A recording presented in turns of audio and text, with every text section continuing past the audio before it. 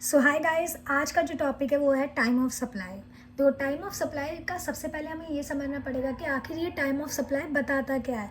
तो time of supply आपको वो डेट बताता है जिस डेट पे जीएसटी पेबल हो जाता है। पेबल मतलब लाइबिलिटी, कि अब आपकी लाइबिलिटी आ चुकी है कि आपको गवर्नमेंट को टैक्स पे करना है। ठीक है, वो डेट बताता है हमारा ये वाला चैप्टर टाइम ऑफ सप्लाई। अब जो टाइम ऑफ सप्लाई है फॉर गुड्स की बात करते हैं कि गुड्स के केस में टाइम ऑफ सप्लाई क्या होती है। सेक्शन 12 जो है वो गुड्स से रिलेटेड है। ठीक है, सेक्शन 12 में ही हमारे पास 3-4 सब सेक्शन है, जैसे सब सेक्शन 2 है, सब सेक्शन 3 है, फिर 4 है, फिर 5 है और लास्ट में 6 है। सिर्फ हमें ये पाँच सेक्शंस पढ़ने हैं, जिस 5 सेक्शन से हमारा गुड्स का पार्ट जो है वो कंप्लीट हो जाएगा। तो सेक्शन 12 सबसेक्शन 2 की बात करते हैं, जो कि फॉरवर्ड चार्ज मैकेनिज़्म है, जो कि ये कहता है कि अगर आप फॉरवर्ड चार्ज मैकेनिज़्म के अंदर हो, ठीक है, तो आपको अर्लियर ऑफ द डेट जो है वो लेना है कि वही आपका टाइम ऑफ सप्लाई है। अगर आप फॉरवर्ड चार्ज मैकेनिज़्म के अंदर हो, गुड्स के केस में अगर आप फॉरवर्ड चार्ज मैकेनिज़्म के अंदर हो, तो date of issue of invoice और due date of issue of invoice as per section 31 whichever is earlier आपकी टाइम ऑफ सप्लाई होगा। लेकिन अगर आप एक्शनेबल क्लेम्स में हो, ठीक है, या फिर आप जो सप्लाई कर रहे हो goods made by composition dealer, अगर आप कंपोजिशन डीलर वाले गुड्स को गुड्स में सप्लाई कर रहे हो, डील कर रहे हो, या फिर आप सप्लाई ऑफ गुड्स कर रहे हो in the form of actionable claims, इन दोनों के केस में आपको ये 2 नहीं देखनी, आपको ये 3 चीज़ें देखनी है। ठीक है, इन 3 चीज़ों का अर्लियर ही आपका टाइम ऑफ सप्लाई होगा। कौन कौन सी होगी? Date of issue of invoice, ठीक है, due date of issue of invoice as per section 31 and और होगी डेट ऑफ रिसीविंग पेमेंट। इन तीनों को आपको देखना है, विच एवर इज अर्लियर ही आपकी टाइम ऑफ सप्लाई होगी in case of forward charge mechanism goods के केस में। ठीक है, समझ आया। फिर हम बात करते हैं सेक्शन 12 सबसेक्शन 3 की। फिर हम बात करते हैं सेक्शन 12 सबसेक्शन 3 की, जो कि रिवर्स चार्ज मैकेनिज्म के ऊपर है। रिवर्स चार्ज मैकेनिज्म में भी आपको अर्लियर ऑफ फॉलोइंग डेट्स देखने हैं। 3 डेट्स याद रखनी है, इन 3 डेट्स को ही देखना है। Date of receipt of goods, date of making payments, 31st day from the date of invoice. इन तीनों डेट का अर्लियर, जो भी डेट होगी अर्लियर, वही आपका टाइम ऑफ सप्लाई होगा। डेट ऑफ मेकिंग पेमेंट का क्या मतलब है? ठीक है, तो डेट ऑफ मेकिंग पेमेंट का मतलब है date of recording payment in recipient's book. Recipient की बुक में कब वो रिकॉर्ड हो चुका है और रेसिपिएंट के बैंक अकाउंट से कब डेबिट हो चुका है। दोनों में से विच एवर इज अर्लियर ही आपकी डेट ऑफ मेकिंग पेमेंट कहलाई जाएगी। एक और चीज़, अगर मान लो कि इन तीनों की वजह से, इन तीनों को करके आपका टाइम ऑफ सप्लाई नहीं निकलता है, ठीक है, अगर आपका टाइम ऑफ सप्लाई इन तीनों से नहीं निकलता है, तो आप क्या कर सकते हो? डेट ऑफ बुक एंट्री भी ले सकते हो, date of book entry in the books of the recipient. ठीक है, तो ये था हमारा फॉरवर्ड चार्ज और रिवर्स चार्ज मैकेनिज्म के अंडर। फिर से एक बार बता देती हूँ कि टाइम ऑफ सप्लाई गुड्स के केस में सेक्शन 12 में आता है।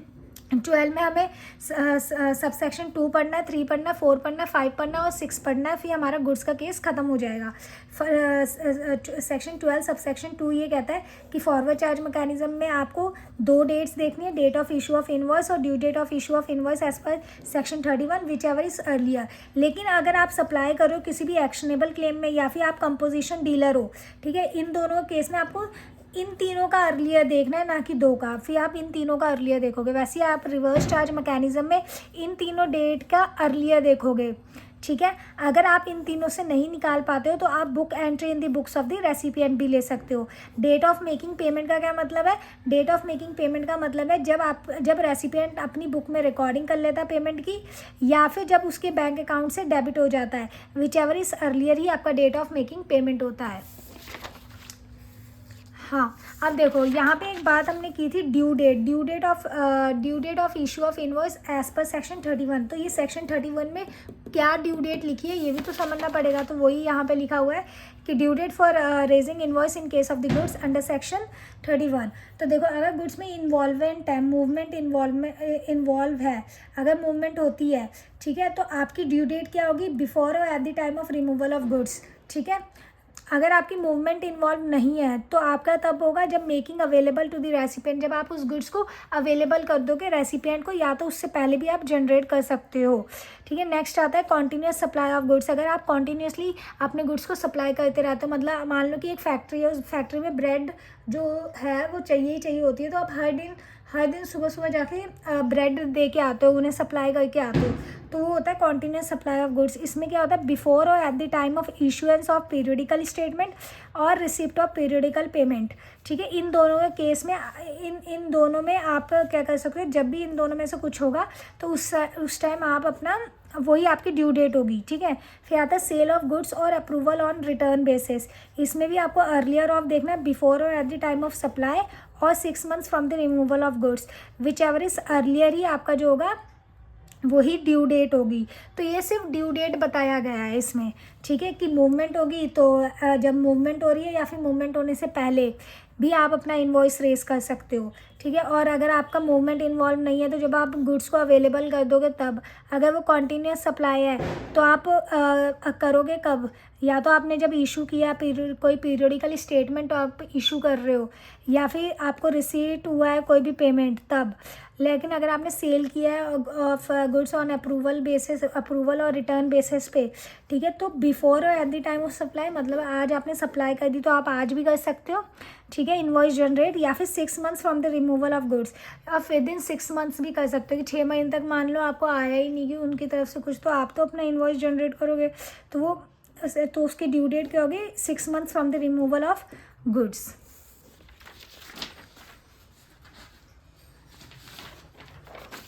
उसके बाद आ जाते हैं हम, हाँ देखो, सेक्शन 12 सबसेक्शन 2 पढ़ लिया, 3 पढ़ लिया। अब है सेक्शन 12 सबसेक्शन 4, 5 और 6। फिर हमारा गुड्स वाला केस फिनिश।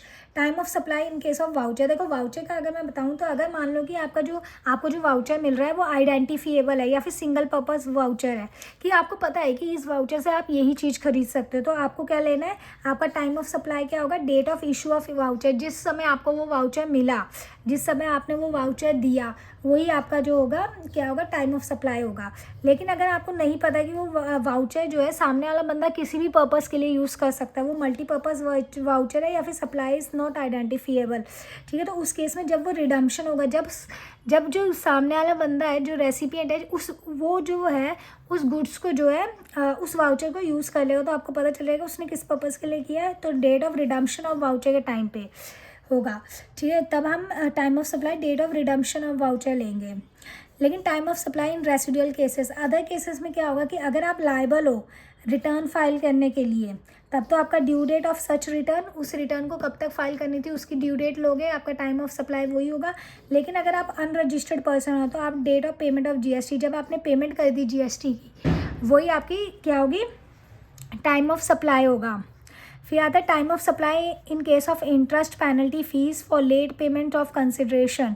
ठीक है, अगर interest penalty fees for late payment of consideration की बात हुई तो उसका टाइम ऑफ सप्लाई तब होगा when such amount is receive by the supplier, जब वो अमाउंट सप्लायर रिसीव कर लेगा तभी उसका होगा। ठीक है, नेक्स्ट आ रहा था हमारा time of supply in case of services. अब आपको सर्विसेज के केस में टाइम ऑफ सप्लाई पढ़ना है। हमने गुड्स के केस में कर लिया जिसमें सेक्शन 12 था, यहाँ पे सेक्शन 13 है सर्विसेज के केस में, लेकिन सब सेक्शन सेम है। ठीक है, तो फॉरवर्ड चार्ज मैकेनिज्म के लिए सेक्शन 13 सब सेक्शन 2, और वहाँ पे क्या था 12 और 2। ठीक है, तो अगर invoice raised within the due date under section 31, अगर सेक्शन 31 की ड्यू डेट के अंदर ही आपने अगर इन्वॉइस रेज किया है तो आपका टाइम ऑफ सप्लाई क्या होगा ये बताया गया है। लेकिन उससे पहले हम समझ लेते हैं कि अंडर सेक्शन 31 में ड्यू डेट क्या लिखी है इसके साथ साथ ही, तो उसका ये है, तो ये लिखा है due date for raising invoice in case of services section 31। ठीक है, इसमें क्या कहता है, ध्यान देना, कहता है पीरियोडिक सप्लाई ऑफ सर्विस। अगर पीरियोडिक सप्लाई ऑफ सर्विस है तो service provided by insurance, banking, telecom company, financial institution, NBFC, अगर ये लोग सर्विस प्रोवाइड कर रहे हैं तो उनकी जो ड्यू डेट है वो है 45 days of supply of service के 45 डेज तक आप जो है इनवॉइस रेज करना है आपको। और अदर्स के केस में 30 डेज़ की लिमिट है, अदर्स के केस में 30 days of supply of service है। ठीक है, मतलब कि सर्विस सप्लाई करने के 30 डेज़ के अंदर ही आपको ये करना है। ठीक है, लेकिन अगर कॉन्टीन्यूस सप्लाई ऑफ सर्विसेज के केस में आपको ड्यू डेट ऑफ पेमेंट अगर विजिबल है, आपको पता है कि आपकी ड्यू डेट क्या है, तब तो ऑन और before due date of payment कर दोगे आप। आपका जो है वही होगी आपकी ड्यू डेट।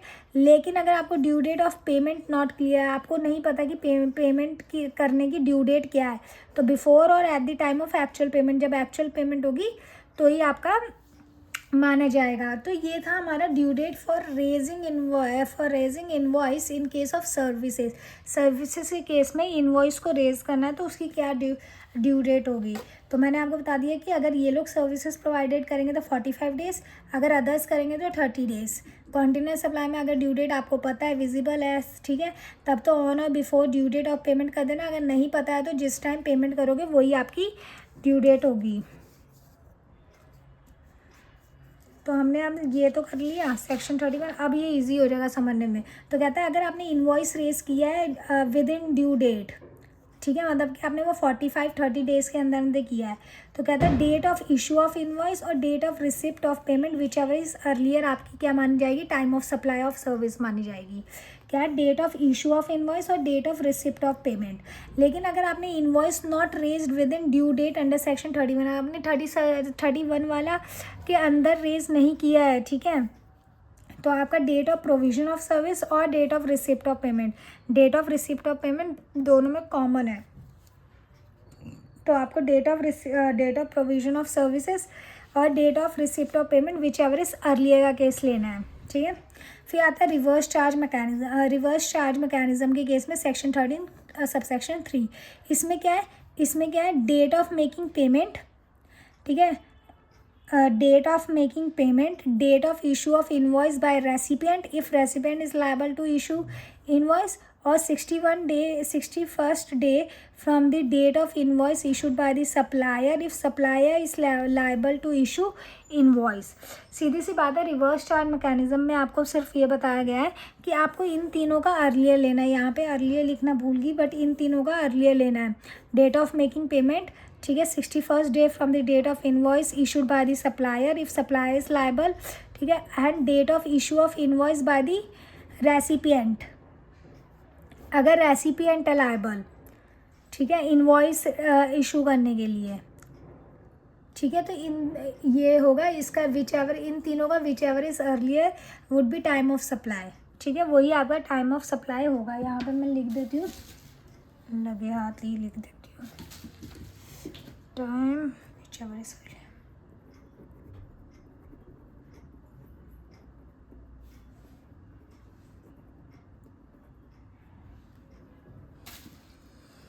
ठीक है, तो ठीक है, तो ये समझ आ गया कि फॉरवर्ड चार्ज का ये है और रिवर्स चार्ज का ये है। अब एक चीज़ यहाँ पे लिखी हुई है कि if not able to determine as above, मतलब कि अगर मान लो आप इससे भी नहीं निकाल पा रहे और फॉरवर्ड चार्ज में आप इससे नहीं निकाल पा रहे, तो आपको date of entry in the books of accounts of the recipient ले लेना, वही आपका टाइम ऑफ सप्लाई कहलाया जाएगा।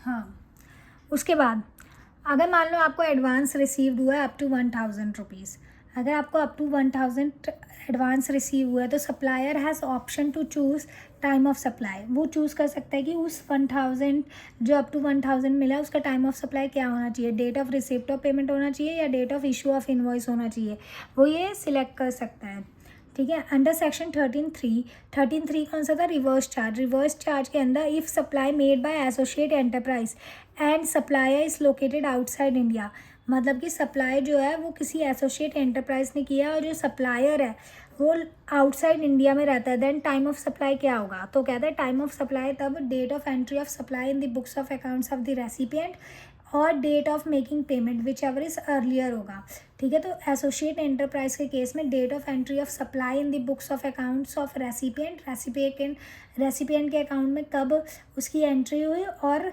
कब उसको पेमेंट की, सप्लायर को कब डेट ऑफ मेकिंग पेमेंट कब पेमेंट की, विच एवर इज अर्लियर ही उसके केस में टाइम ऑफ सप्लाई होगा। और सेक्शन 13(4), 13(5), 36 सेम है जैसे हमारा 12(4) था, 5 था और 6 था। Time of supply of voucher मैंने बताया था कि अगर वाउचर जो है वो आपको पता है कि वो वाउचर किस पर्पज़ के लिए यूज़ हुआ है, ठीक है, आइडेंटिफाइएबल है, ठीक है, तो उसके केस में क्या होगा, date of issue of voucher ही आपका टाइम ऑफ सप्लाई होगा।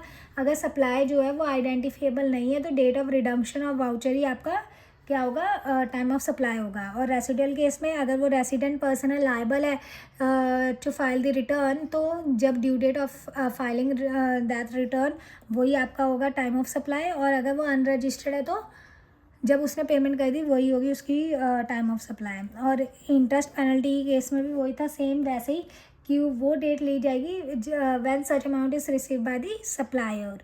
जब वो अमाउंट सप्लायर रिसीव कर लेगा वही टाइम जो आपका होगा टाइम ऑफ सप्लाई कहलाया जाएगा।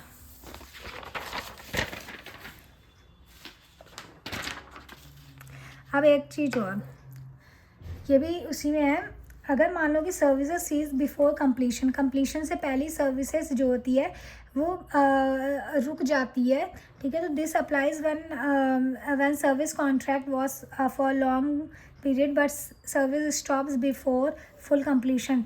मान लो कि किसी रीज़न की वजह से हमारा जो कॉन्ट्रैक्ट था वो अब वो कॉन्ट्रैक्ट नहीं रहा, वो बंद हो गया, तो invoice must be issued at the time when services cease.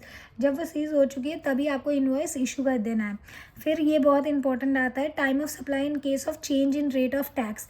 जब रेट ही चेंज हो गया तो आपको कौन सा रेट मानना है, पुराना वाला कि नया वाला, उसको ध्यान में रखने के लिए। तो ये मैंने बताया कि ये बहुत ही ईजी तरीके से इधर लिख दिया मैंने कि आपको 3 चीज़ें याद रखनी है। तीन ही डेट क्वेश्चन में आपको फॉलो करनी है और उन 3 डेट पे ही ध्यान रखना है। एक तो date of supply, date of invoice और डेट ऑफ पेमेंट, इन 3 चीज़ों को। अब ये देख लेना, मान आपको क्या कर देना है, क्वेश्चन में एक लाइन खींच देनी है बीच में, यहाँ न्यू रेट, यहाँ पुराना रेट। अगर इन तीनों में से 2 एक साइड आ गया तो वही रेट होगा। मतलब कि अगर मान लो कि सप्लाई और इनवॉइस मान लो कि हमारा जो पहले का रेट था वो 10% था, मान लो पहले 10% था, अब 28% हो गया है, ठीक है। और सप्लाई और इनवॉइस जो है वो अब मतलब 1 अप्रैल से पहले 10% था, 1 अप्रैल के बाद कितना हो गया, 28% हो गया है। और सप्लाई और जो इनवॉइस हुई है वो दोनों ही हमारा, सप्लाई और इनवॉइस की जो डेट है वो दोनों ही हमारी 1 अप्रैल से पहले है। तो हम कौन सा रेट लेंगे, 1 अप्रैल से पहले वाला जो कि पुराना रेट था 10%, ठीक है। तो if 2 events are before the rate change then old rate will apply, if 2 events are after the rate change the new rate will apply. ये याद रख लेना, इसी से क्वेश्चन बन जाएंगे सारे। अब एक चीज़ देख लो, ये जो डेट ऑफ पेमेंट मैंने बताया, date of receipt of payment when tax rate changes का मतलब क्या होता है। इसका मतलब होता है if money is credit to the bank within 4 working days from the date of rate change. मतलब मान लो कि आज आपका डेट चेंज हो गई, आज आपकी रेट चेंज हो गया है, ठीक है। उसके 4 दिन के अंदर अंदर अगर आपके बैंक में क्रेडिट हो जाती है, ठीक है, अगर उसकी 4 दिन के अंदर अंदर ही आपके बैंक में क्रेडिट हो जाती है तो आपको अर्लियर लेना है डेट ऑफ बुक एंट्री और डेट ऑफ बैंक एंट्री, ठीक है। तो आपको ये करनी है, रेट चेंज के 4 दिन के अंदर अंदर ही अगर आपके अकाउंट में क्रेडिट होती है तो आपको डेट ऑफ बुक एंट्री और date of bank entry whichever is earlier लेना है। अगर उसके बाद होती है after 4 working days from the date of rate change होता है तो बैंक में कब एंट्री हुई है वही लेना है, ठीक है। इससे क्या होता है, इससे कभी कभी आपका रेट चेंज हो सकता है, ठीक है, क्योंकि इसमें बुक एंट्री भी देखी जाती है कि आपने बुक में कब एंट्री की है और बैंक में कब आया है, ठीक है। तो चाहे विद इन 4 डेज़ आया लेकिन बुक एंट्री जो है वो आपकी पहले निकल चुकी है 4 दिन से पहले ही, तो आपकी बुक एंट्री ली जाएगी, फिर यहाँ पे ओल्ड रेट लगेगा, ऐसे करके इसके सीन बनाए जाते हैं, ठीक है। तो ये हो गया यहाँ पे कंप्लीट, यही कंसेप्ट था। यहाँ पे ये वाला जो चैप्टर की रिवीजन होती है वो कंप्लीट होती है।